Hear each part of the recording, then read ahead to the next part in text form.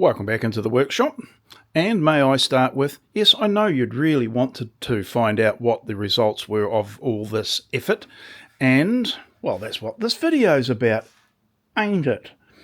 Well, I assembled it as best I can. By crikey, the alignment holes were pretty tight, which means there's a discrepancy in the holes themselves, so they shouldn't be that tight, but considering it's a no wriggle pin, getting them in the holes at all is a bit of an effort sometimes. So yeah, we're talking less than 1/10 of a mil misalignment, and this is okay. So I'm doing this for my own sake, of course.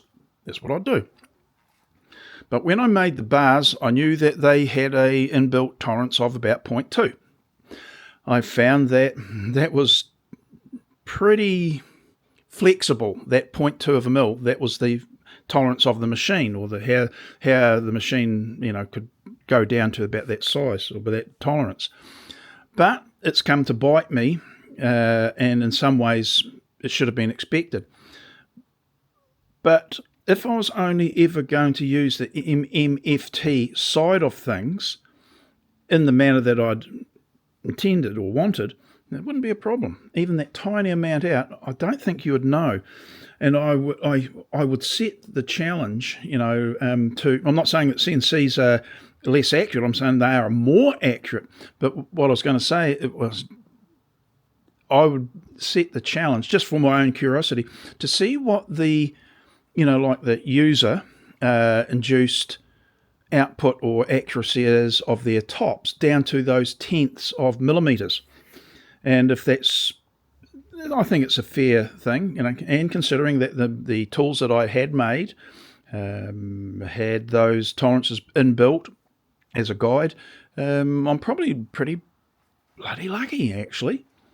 And when I do something like this and then insert 2 pins in that are really tight, the fact that they even can go in says something. Probably distorting the custom wood a little bit, but hey, that went in.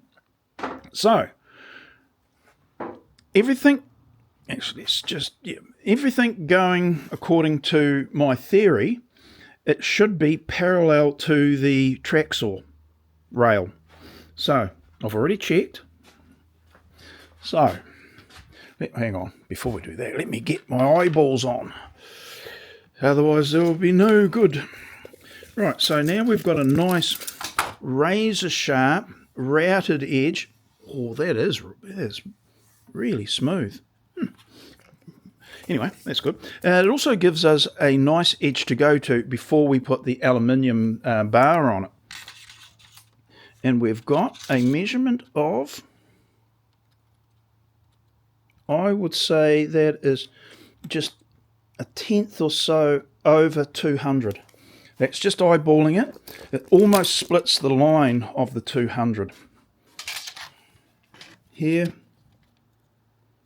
it's about 1.25 mils over, 1 to 1.25. Not overly happy with that, but when I do this, and I just bring it up there, I'm looking at the gap. So when I bring it up, bang, and there's virtually no flex. There's a tiny little bit against those surfaces, meaning it's not bad. So now I can come up to, this is where it gets a bit tricky because I'm kind of single-handing. Yeah, I'm not going to be able to do it as easy single-handed. Let's just come to this point here. We're looking at, and I'm eyeballing it. The camera doesn't always see it accurately, the parallax problem. That's about 0.5 mil over the 550. And if we come all the way out here, no, way over here, sorry. Hang on, I'm going to have to swap hands. Bear with me. It's about 0.5 mil under. So that's about 8 mil. We're actually better, and remember that little flex, so I'd reckon we'd be about 1 mil. It's that same millimetre. I'm chasing the same error. Oh, that's a good thing, by the way. So I come here. Again, the the two pieces match up. There is a little bit of flex there. Yeah, I'll accept that as being, it's one of those things that we just have to live with. Now, I'm going to come across here. I'm going to put this down so I can use two hands. And for the jiggly old camera work there, you won't appreciate that too much, will you? But this is... I'll get the measurement first. And that is as close to perfectly 550 as I can possibly get. And you'll have to trust me because I'm not showing you. I'm not bringing you around. That is about 1 mil out. So we're chasing the same, hopefully it might be 1 mil one way and 1 mil the other. That would not be good. But we're chasing the same error, or the amount at least. I'm actually happier with that than this one. I also made them with more holes and a bit longer, so that is going to be a factor. When I step them across to different holes, yeah, we'll just have to see how that goes. But I thought, well, why not? If I don't wind up using the extra hole when I start talking, people, I suggest you cast your eyes to where I'm talking. Yeah, okay, there you go, simple. I may not use this hole because this would be the equivalent of that arm there. So it's 1, 2, 300 out. This is 400 out. What it does do, though, in theory, makes all of the cosine issue worse because I've got a longer arm to get things wrong with. So that's one aspect of it, but it also gives me a lot more capacity in the arm here, the size that I can cut. So I go from that position there. So what's that? Let's just put from there. Oops. Let's just do that again. From there to there, the range of movement is 350. Now I will be losing 50 mil when I put that on, so yeah, so it'd be equivalent of that down to there. And I do like how it comes together, as it bloody well should have done. Now I've done several of these, that's the first time it's done that, and I'm doing, in my mind, everything exactly the same as what I'd done before. So it is a bit puzzling.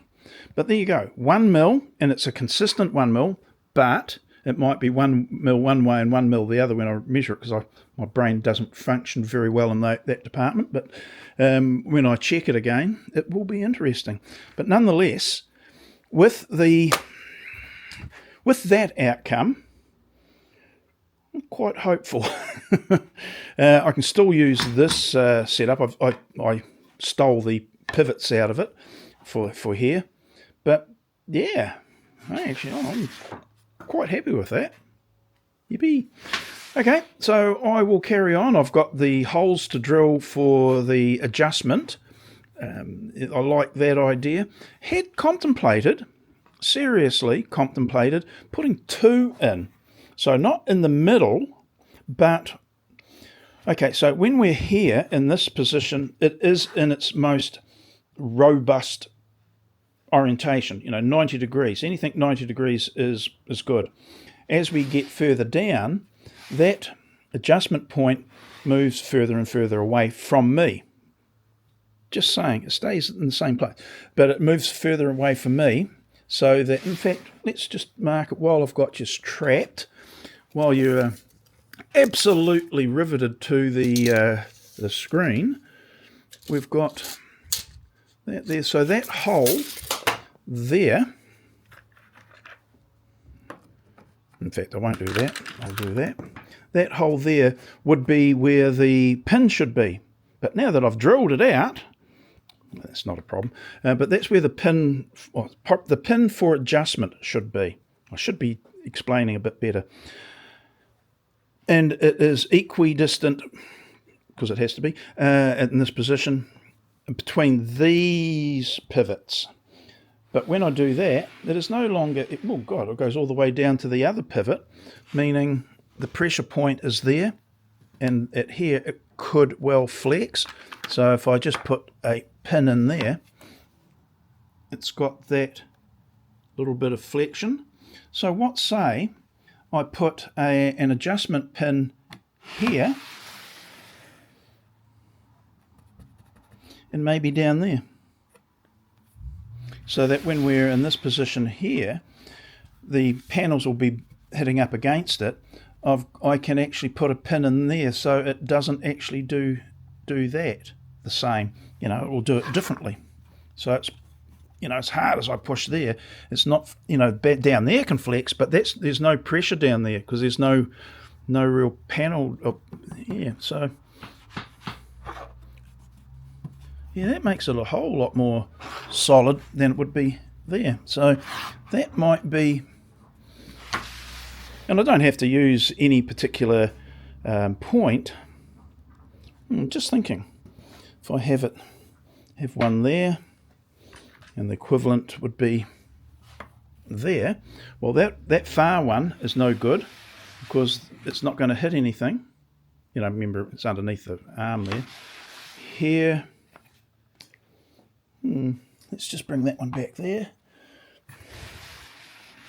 No, it's no good there. So this one could go there. It would hit the rail up at that point, but be it's a long way away from here. But in that case, I could then use this one, remembering it's the adjustment arm I'm talking about, to actually make this more rigid.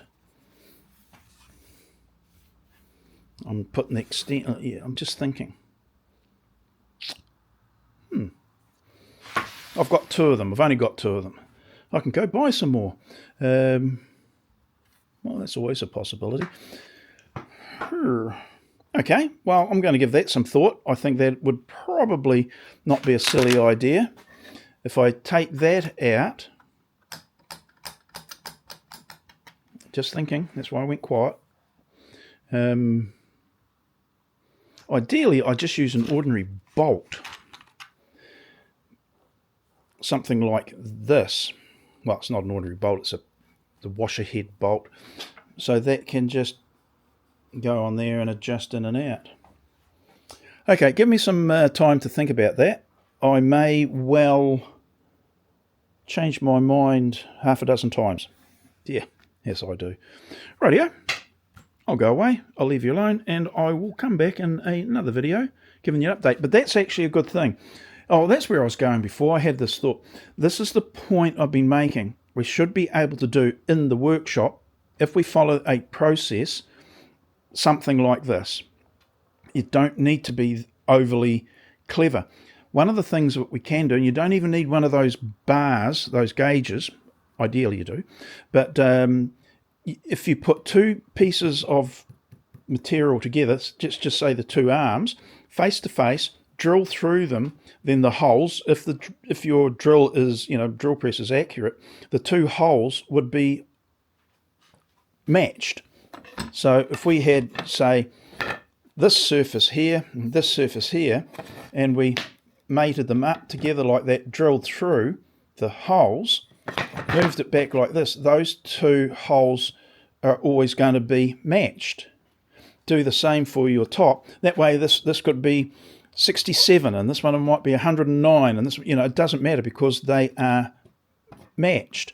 And when you do your arms, that's all you're asking for. It's just nice that we've got a set figure that we can work with, but they don't have to be anything particularly clever, and you don't have to go to the hassle and the complexity of getting something made. Yippee! Anyway, that was the thought for the day. Okay, I'm going away. I might even go and have a cup of tea. Surprise, surprise. Quite happy with that. Rightio, see you later now. Bye.